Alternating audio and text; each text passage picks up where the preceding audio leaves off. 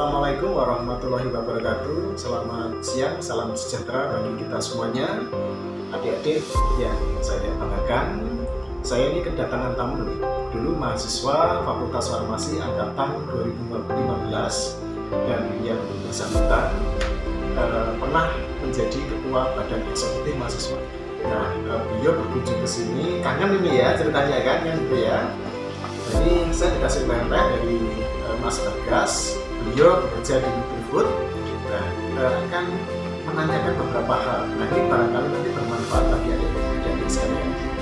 Yang pertama nanti yang akan saya tanyakan ke beliau adalah ini kiat-kiat ya untuk adik-adik ketika belajar di Fakultas Farmasi itu seperti apa sehingga sukses, kan seperti itu ya. Yang namanya sukses itu ada dua hal.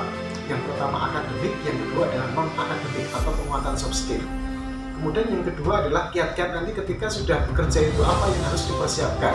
Nah, nanti akan disampaikan oleh Mas Bagas. Oke, kita soal Mas Bagas. Assalamualaikum warahmatullahi wabarakatuh. Selamat siang semuanya, adik-adik mahasiswa Fakultas Farmasi UGM 2000 angkatan yang sekarang masih aktif.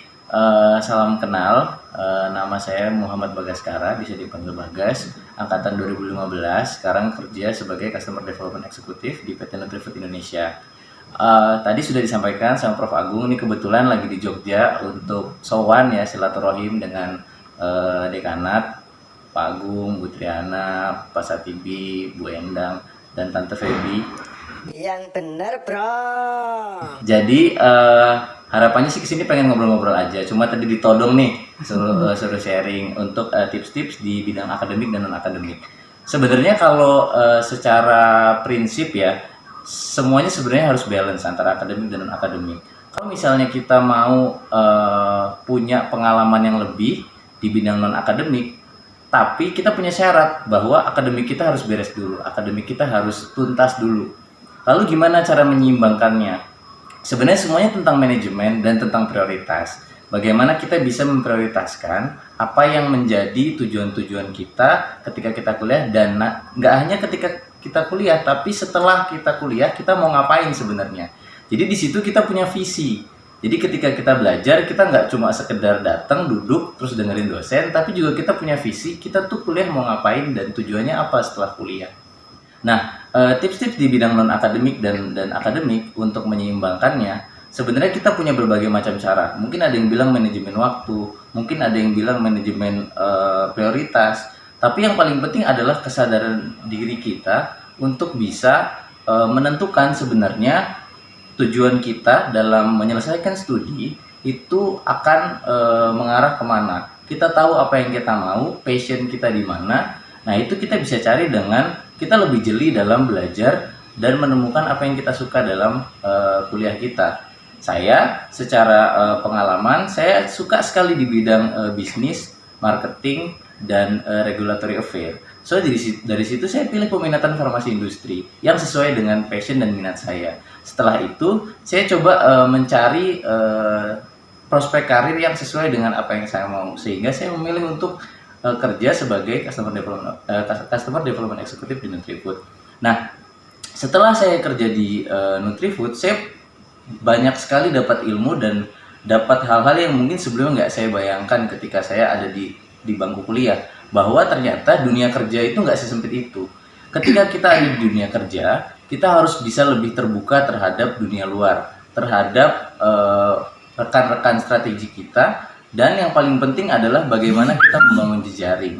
Jadi ketika dalam prosesnya kita belajar di fakultas sebagai mahasiswa, yang paling penting adalah kita bisa dengan luas untuk membangun jejaring. Sehingga ketika nanti kita sudah beranjak lebih jauh, kita punya channel dan jejaring yang bisa membantu kita untuk melangkah lebih jauh sesuai dengan impian-impian kita. Yang kedua, selain jejaring adalah pengalaman untuk mengembangkan soft skill. Karena ada isu yang mungkin sekarang sedang marak, yang diisukan jadi salah satu faktor penting kesuksesan untuk seseorang di dunia kerja, yaitu adanya skill gap antara apa yang dibutuhkan oleh pencari kerja dan apa yang dimiliki oleh pelamar pekerjaan.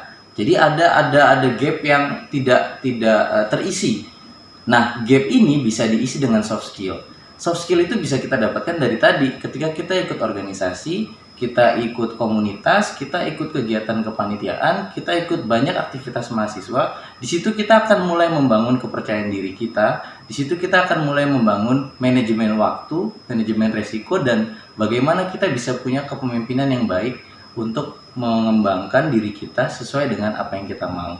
Jadi ketika kita kuliah, jangan cuma sekedar kuliah gitu ya, mungkin banyak istilahnya kupu-kupu, kuliah pulang, atau juga kuliah rapat, tapi selebih jauh daripada itu, kita punya mimpi, kita punya visi yang perlu kita kejar, dan semuanya harus terarah, tidak hanya sekedar untuk kita membangun apa yang kita mau, tapi juga kita nantinya jika lebih jauh lagi kita bisa mengharumkan nama fakultas kita di luar sana dengan kita bisa punya kepercayaan diri tanpa meninggalkan nilai-nilai yang sudah diajarkan khususnya sebagai anak alumni dari Universitas Gadjah Mada.